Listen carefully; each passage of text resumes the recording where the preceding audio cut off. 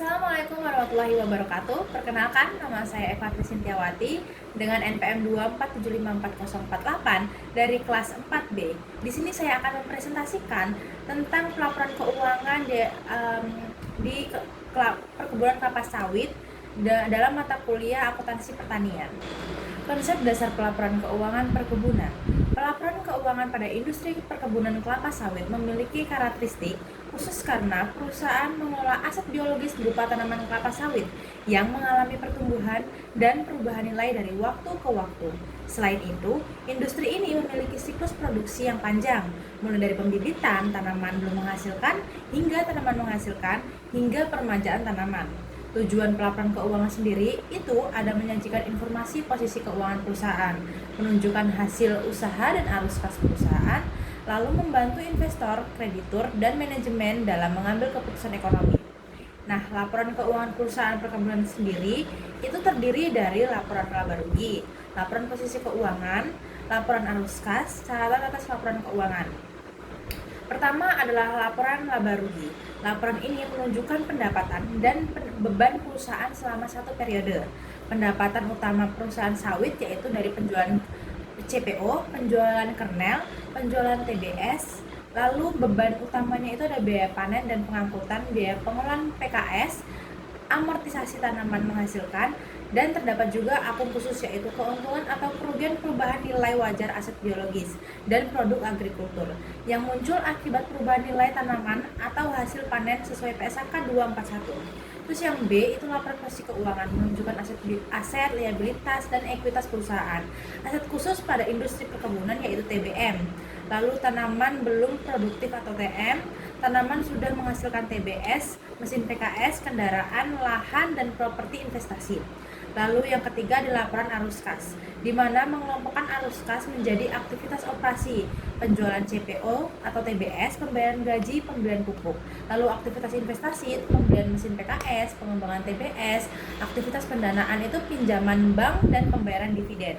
Lalu ada yang keempat, catatan atas laporan keuangan, yaitu berisi penjelasan rinci mengenai kebijakan akuntansi, estimasi nilai wajar, komitmen, dan kontingensi resiko usaha perkebunan. Lalu ada karakteristik khusus akuntansi sektor perkebunan, yaitu industri perkebunan memiliki perlakuan akuntansi yang berbeda dibanding perusahaan biasa karena berkaitan dengan aset biologis dan proses agrikultur. Adanya aset biologis itu adalah tanaman sawit dicatat sebagai aset biologis. Tanaman belum menghasilkan atau TBM adalah tanaman sawit yang masih dalam masa pertumbuhan. Biaya yang dikapitalisasi itu pembukaan lahan, penanaman, pemupukan, perawatan tanaman, dan upah pekerja kebun. Contoh ilustrasinya yaitu PT Sawit Makmur mengeluarkan biaya pembukaan lahan 100 juta dan bibit 50 juta, lalu pemupukan 30 juta. Jurnalnya itu TBM pada kas atau utang sebesar 180 juta yaitu ditambah. Nah, karena tanaman ini belum menghasilkan, jadi biaya itu belum dicatat sebagai beban. Amortisasi tanaman menghasilkan itu adalah ketika tanaman mulai menghasilkan TBS. TBM dipindahkan menjadi TM dan amortisasi selama umur produktif tanamannya. Contohnya nilai TM-nya itu 2M 500 juta, umur produktifnya 25 tahun. Lalu amortisasi per tahunnya itu tinggal 2M 500 juta dibagi 25 juta yaitu sebesar 100 juta. Dan itu akan menjadi jurnal beban amortisasi TM pada akumulasi amortisasi TM yaitu 100 juta. Pengukuran nilai wajar produk agrikultur TBS yang dipanen diukur berdasarkan nilai wajar, diukur biaya untuk menjual sesuai PSAK 241. Contohnya nilai wajarnya itu 500 juta. Lalu biaya untuk penjualnya 20 juta. Tinggal dikurang 500 dikurang 20 yaitu 480 juta. Dicatat sebesar 480 juta. Nah, adanya KPI itu khusus perkebunan perusahaan sawit menggunakan indikator khusus untuk nilai efisien usaha, yaitu ada yield, di mana mengukur TBS per hektar. Contohnya itu ada produksi TBS-nya 300 ton. 300.000 ton. Lalu luas kebunnya 200.000 HA. Jadi 300 dibagi 250 itu adalah 250 ton per tahun. Nah, selanjutnya ada OER, di mana mengukur efisien ekstraksi minyak. Contohnya produksi CPO-nya itu 4.000 ton. TBS diolah itu 20.000 ton. Jadi 4.000 dibagi 20.000 dikali 100% yaitu 20%. Semakin tinggi OER, semakin efisien pabrik sawit.